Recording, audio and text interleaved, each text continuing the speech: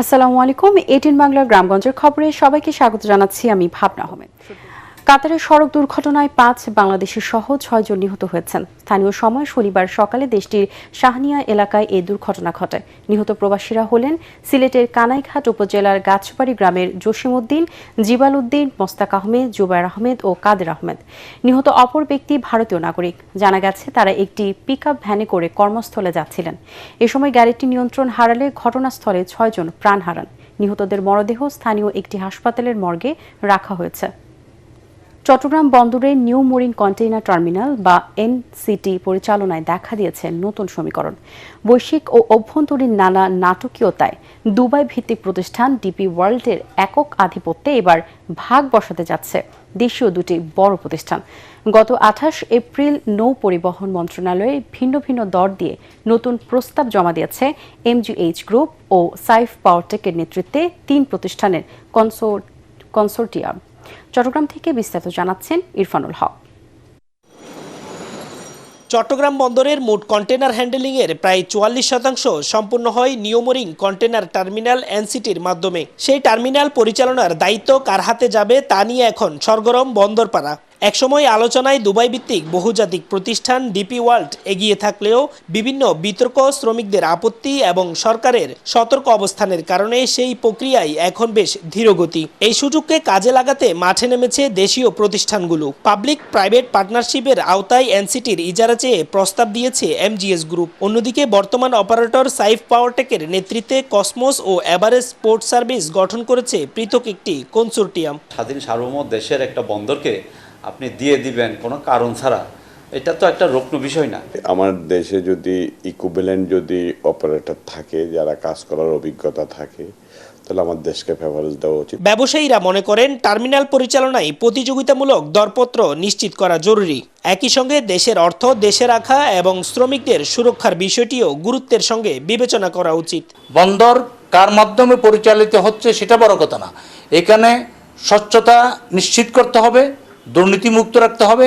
সব মিলিয়ে এনসিটি এখন দেশীয় সক্ষমতা ও আন্তর্জাতিক অভিজ্ঞতার লড়াইয়ের কেন্দ্রবিন্দুতে। শেষ পর্যন্ত জাতীয় স্বার্থকে অগ্রাধিকার দিয়ে দেশীয় কনসোর্টিয়াম এগিয়ে যাবে নাকি বৈশ্বিক অপারেটর ডিপি ওয়ার্ল্ডটি পাবে গুরুত্বপূর্ণ এই কন্টেনার টার্মিনালের নিয়ন্ত্রণ, সেটি এখন দেখার অপেক্ষায়। ইরফানুল হক, এটিএন বাংলা, চট্টগ্রাম। বিএনপিতে কোনো মাদক ও সন্ত্রাসী বা চাঁদাবাজের স্থান হবে না বলে হুঁশিয়ারি দিয়েছেন জাতীয় সংসদের হুইপ ও নাটোর 2 আসনের সংসদ সদস্য অ্যাডভোকেট এম রুহুল কুদ্দুস তালুকদার দুলু। তিনি বলেন, বড়াইগ্রাম গুরুদাসপুরের মানুষের ওপর গত 18 বছরে ব্যাপক অত্যাচার নির্যাতন হয়েছে।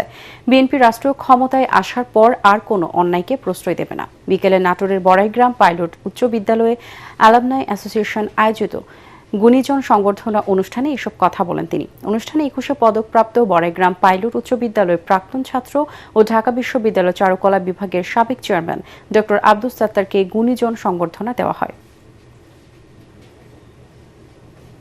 তারেক রহমান এই বড়াইগ্রাম গুরুদাসপুরের মানুষের উপর যে নিপীড়ন, নির্যাতন, অত্যাচার, সন্ত্রাস, লুটপাট, যে অরাজকতা হয়েছে, আমরা বিএনপি রাষ্ট্রীয় ক্ষমতা আসার আগে প্রতিশ্রুতি দিয়েছিলাম সন্ত্রাসীর স্থান বড়াইগ্রাম গুরুদাসপুরের মাটিতে হবে না।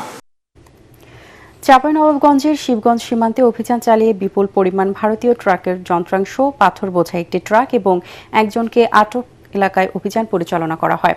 এ সময় একটি পাথর বোঝাই ট্রাকে তল্লাশি চালিয়ে পাথরের মধ্যে বিশেষ কৌশলে লুকিয়ে রাখা 320 পিস ভারতীয় ট্রাকের বিভিন্ন যন্ত্রাংশ উদ্ধার করা হয়। অভিযানে ট্রাকের চালক শিবগঞ্জ উপজেলার কানসাট এলাকার বাসিন্দা মাহফুজুর রহমানকে আটক করা হয়। একই সঙ্গে 10 জন পাথরসহ ট্রাকটি জব্দ করা হয়। সিলেটের জেলা প্রশাসক ও জেলা ম্যাজিস্ট্রেট সারোয়ার আলমকে প্রত্যাহার করা হয়েছে। জনপ্রশাসন মন্ত্রণালয়ের সিনিয়র সহকারী সচিব জেডি সই করা এক আদেশে তাকে প্রত্যাহার করা হয়। তাকে জনপ্রশাসন মন্ত্রণালয়ের উপসচিব হিসেবে সংযুক্ত করা হয়েছে। প্রজ্ঞাপনে বলা হয়েছে, সিলেটের জেলা প্রশাসক ও জেলা ম্যাজিস্ট্রেট সারোয়ার আলমকে বদলিপূর্বক জনপ্রশাসন মন্ত্রণালয়ের উপসচিব পদে পদায়ন করা হলো। জনস্বার্থে জারিকৃত এই আদেশ অবিলম্বে কার্যকর হবে। বগুড়ার শাহজাহানপুরের খাদাস গ্রামে শিশু রিফাত অপহরণ করে হত্যা মামলায় রায়ে 5 বছর 5 জনের মৃত্যুদণ্ড ও 5 জনকে 10 বছর করে কারাদণ্ড দিয়েছেন আদালত। দুপুরে বগুড়ার নারী ও শিশু নির্যাতন দমন ট্রাইব্যুনাল 1-এর বিচারক আনোয়ারুল হক এ রায় ঘোষণা করেন। এ সময় 11 আসামির মধ্যে 8 জন উপস্থিত ছিলেন। রাষ্ট্রপক্ষের আইনজীবী আলী আসগর জানান, 2018 সালে 15 জুলাই শাহজাহানপুর উপজেলার খাদাস গ্রামে 8 বছরের রিফাতকে অপহরণ করে হত্যা করে অভিযুক্তরা। অপহরণের 3 দিন পর পোয়ালগাছা ভদ্রাবতী ব্রিজের নিচ থেকে মরদেহ উদ্ধার করে পুলিশ। এই ঘটনায় শিশু রিফাতের পিতা এনামুল হক 11 জনকে আসামি করে শাহজাহানপুর থানায় মামলা করেন। খাগড়াছড়িতে সেনা রিজিয়নের উদ্যোগে মাসব্যাপী বৃক্ষরোপণ কর্মসূচি শুরু হয়েছে।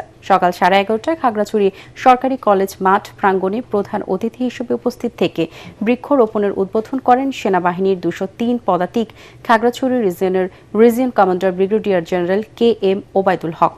বৃক্ষরোপণ কার্যক্রমের উদ্বোধনের পরপরই বর্ণাঢ্য শোভাযাত্রা অনুষ্ঠিত হয়।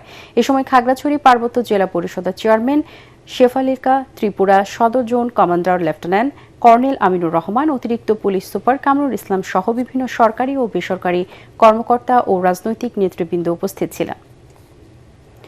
সীমিত জমির সর্বোচ্চ ব্যবহারের মাধ্যমে খাদ্য নিরাপত্তা নিশ্চিত করে দারিদ্রতা দূরীকরণের লক্ষ্যে বগুড়া, জয়পুরহাট, সিরাজগঞ্জ এবং পাবনা জেলা নিয়ে শুরু হয়েছে টেকসই কৃষি উন্নয়ন প্রকল্পের কার্যক্রম। এর অংশ হিসেবে বগুড়া পল্লী উন্নয়ন একাডেমি মিলনায়তনে 4 জেলা থেকে কৃষক, কৃষি কর্মকর্তা, কৃষি বিশেষজ্ঞ ও গণমাধ্যম কর্মীদের উপস্থিতিতে অনুষ্ঠিত হয়েছে অবহিতকরণ সভা। সভায় প্রকল্প বিষয়ে উপস্থাপনা করেন প্রকল্প পরিচালক এনামুল হক। এ সময় উপস্থিত ছিলেন কৃষি সম্প্রসারণ অধিদপ্তরের মহাপরিচালক আব্দুর রহিম সহ সংশ্লিষ্টরা। অবিশ্বাস্য গোলকিপিংয়ে ইকুয়েডরকে রুখে দিয়ে বিশ্বকাপে নিজেদের প্রথম ঐতিহাসিক পয়েন্ট পেল কুরাসাও। প্রথম ম্যাচে জার্মানির কাছে বিধ্বস্ত হয়েছিল তারা, তবে দ্বিতীয় ম্যাচে লাতিন আমেরিকার দেশ ইকুয়েডরকে গোলশূন্য রুখে দিয়েছে দলটি। ম্যাচের আসল নায়ক কুরাসাওয়ের গোলকিপার এলোইরো। পুরো ম্যাচে ইকুয়েডর একের পর এক আক্রমণ করে, তবে ঢাল হয়ে দাঁড়িয়ে রেকর্ড 15টি সেভ করেন রুম। শেষ মুহূর্তে ইকুয়েডরের একটি পেনাল্টি VAR প্রযুক্তিতে বাতিল হয়। দুর্দান্ত এই ড্রয়ের ফলে দুই দলেরই পরের রাউন্ডে যাওয়ার আশা বেঁচে রইল। হাসপাতাল চালু, একাডেমিক কার্যক্রম সুষ্ঠুভাবে পরিচালনা এবং পর্যাপ্ত ক্লিনিক্যাল ক্লাস নিশ্চিত করার দাবিতে মানববন্ধন ও বিক্ষোভ কর্মসূচি পালন করেছেন সুনামগঞ্জ মেডিকেল কলেজের শিক্ষার্থীরা। একই সঙ্গে দাবি পূরণ না হওয়া পর্যন্ত অনির্দিষ্টকালের জন্য সব ধরনের একাডেমিক ও প্রশাসনিক কার্যক্রম বর্জনের ঘোষণা দিয়েছে তারা। সকাল 9:30টায় কলেজের প্রশাসনিক ভবনের সামনে থেকে বিক্ষোভ মিছিল শুরু করেন শিক্ষার্থীরা। পরে তারা হাসপাতাল ভবনের সামনে মানববন্ধন কর্মসূচি পালন করেন। বিক্ষোভ কর্মসূচিতে কলেজের বিভিন্ন ব্যাচের শিক্ষার্থীরা বক্তব্য দেন। নড়াইলের কালিয়া উপজেলার 5 গ্রাম ইউনিয়নের সাতবাড়িয়া গ্রামে দুই পক্ষের বিরোধের ঘটনায় পার্শ্ববর্তী পাটেশ্বরী গ্রামের নিরীহ বাসিন্দাদের জড়ানোর প্রতিবাদে সংবাদ সম্মেলন ও মানববন্ধন অনুষ্ঠিত হয়েছে। মানববন্ধনে অংশ নেওয়া পাটেশ্বরী গ্রামের ভুক্তভোগীরা জানান, সম্প্রতি সাতবাড়িয়া গ্রামের ফারাজি ও মোল্লা বংশের দুই পক্ষের মধ্যে জমি মাপজোপকে কেন্দ্র করে বিরোধের সৃষ্টি হয়। এক পর্যায়ে এই বিরোধ সংঘর্ষের রূপ নেয় এবং উভয় পক্ষের মধ্যে ঘরবাড়ি ভাঙচুরের ঘটনাও ঘটায়। ভুক্তভোগীদের অভিযোগ, এই ঘটনার পর ফারাজি পক্ষের কয়েকজন সামাজিক যোগাযোগ মাধ্যম ও গণমাধ্যমে পার্শ্ববর্তী পাটেশ্বরী গ্রামের কয়েকজন নিরীহ বাসিন্দার নাম জড়িয়ে বক্তব্য দেন, অথচ ওই ব্যক্তিদের সঙ্গে ঘটনার কোনো সম্পৃক্ততা নেই। সংবাদ সম্মেলনে বক্তারা প্রকৃত ঘটনা উদ্ঘাটনের প্রশাসনের পক্ষ থেকে নিরপেক্ষ তদন্তের দাবি জানান। পরবর্তী সংবাদ দেখার আমন্ত্রণ জানিয়ে এখনকার মতো শেষ করছি। ATN বাংলার সংবাদ ইউটিউবে দেখতে ব্রাউজ করুন youtube/ATN বাংলা নিউজ। ধন্যবাদ সবাইকে।